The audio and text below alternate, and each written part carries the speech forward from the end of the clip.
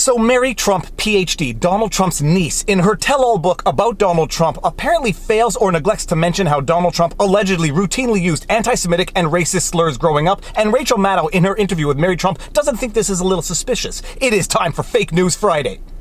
On a Saturday.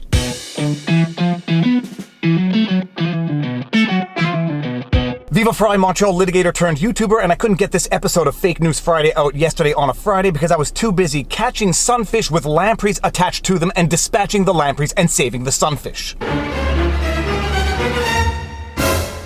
Now, incidentally, in a very timely turn of events, I was actually on Peter Lavelle's Crosstalk on RT with Quadricos Driscoll talking about wrongthink, cancel culture, and all things along those lines. If you haven't seen that interview, I'm going to link to the interview right here. Give it a watch. It's a good one. Now, the funny thing is, before I was going on RT and after I went on RT, I was having discussions with people who said, why would you go on RT? That is just Russian state propaganda. And I noticed this discussion always went one of two ways. I would respond, have you ever even watched RT? And they would respond, no, why would I watch Russian propaganda? Or they might actually respond, yes, I watch RT from time to time, at which point I would say, well, do you watch CBC, BBC, or NPR? Because that is also state-sponsored, to which they will respond, but RT is Russian. I have a philosophy that one ought to get their information from a variety of sources, even if they consider some of those sources to be propaganda, because even if you consider it to be propaganda and a source of propaganda, you still need to know what they're saying. And speaking of propaganda, I just watched Rachel Maddow's interview with Mary Trump, Donald Trump's niece, and I've got to say, this entire interview is a 101 in bad journalism. It is so bad, it is not only worthy of an episode of Fake News Friday, it is worthy of an episode of Fake News Friday on a Saturday. I could be fishing right now. I am doing an episode of Fake News Friday on a Saturday. Alright, so the general context, Mary Trump, PhD, Donald Trump's niece, has just written a tell-all book about President Donald J. Trump, in which she apparently forgot to tell all, but we'll get back to that at the end of this vlog. But what does any responsible person do when they write a tell-all book about the president? They go do the rounds on media to sell their book. So Mary Trump goes on the Rachel Maddow show, which we now know is a show of opinion and not news, to drop a doozy of a bomb of an accusation against her uncle, President Donald J. Trump, that in her youth, he routinely used anti-Semitic and racial slurs, and this just makes me so angry, I'm actually sweating through my shirt. And why do I hate it so much? Well, I hate racism, which means that I equally hate false accusations of racism, because as far as I am concerned, there is no more serious of an accusation you can make against an individual to attack their integrity than to call them racist. If you make accusations of racism, you had darn well better back it up with more than unsubstantiated memories from childhood, and if you entertain the discussion as a reporter, you had better press a little harder than Rachel Maddow presses. As a litigation attorney, I know when I see indications of deceit and fabrications, and when I do, I push harder. When Rachel Maddow sees them, let's see what she does. Let me ask you, Mary, about something that you said in an interview with the Washington Post this week. You talked with Ashley Parker at the Washington Post, and you said she's quoted you saying there was knee-jerk anti-Semitism, knee-jerk racism in your family.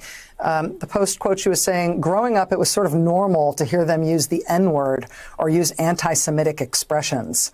I just wanted you to expand on that. Do you mean just generally within the family that was an accepted thing, or do you mean specifically you heard your Uncle Donald use that kind of language?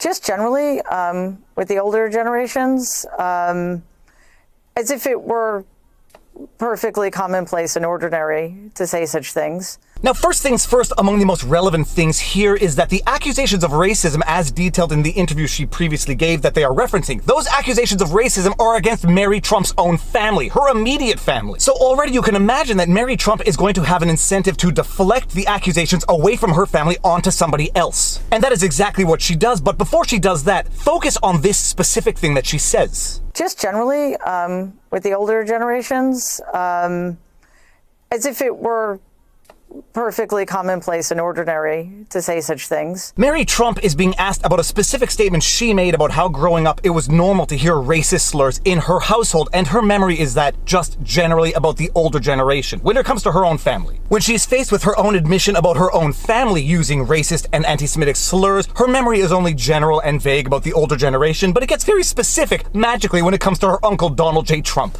I have to press you on it a little bit, just to ask if the president, if your uncle was an exception to that in your family, or if you ever heard him express either use anti-Semitic slurs or the N-word or other racist slurs or other sentiments like that. Or do you mean this was an ambient thing in your family, but you can't say that you ever heard it from him, or did you hear it from him too? Oh yeah, of course I did. And I don't think that should surprise anybody, given how virulently racist he is today. And in my humble opinion, in my limited experience, so take it for what it's worth, when someone's memory suddenly goes from general and vague to highly specific, generally speaking, it's because they are making it up. Now, I don't know if Donald Trump did in fact use racist or anti-Semitic slurs in his lifetime. I suspect that if he did and it was captured anywhere, it would have already been leaked. All that I'm saying is that I am very skeptical of any witness whose memory goes from very vague and general to highly specific within a matter of 30 seconds. Just generally, with the older generations. Did you hear it from him too?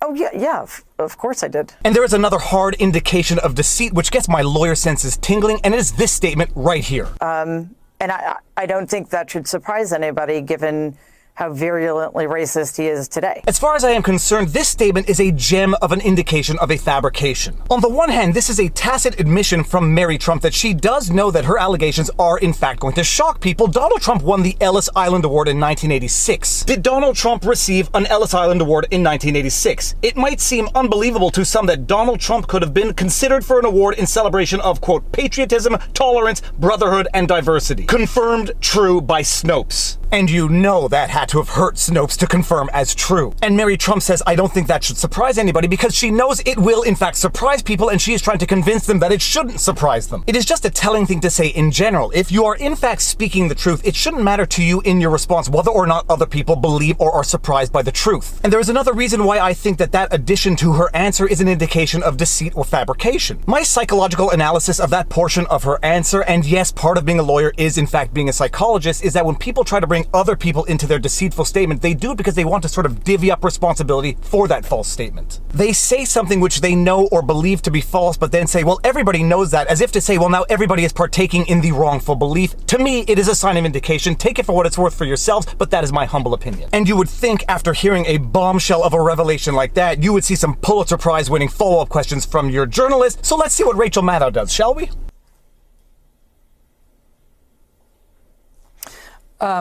Have you heard the president use the N-word? Yeah.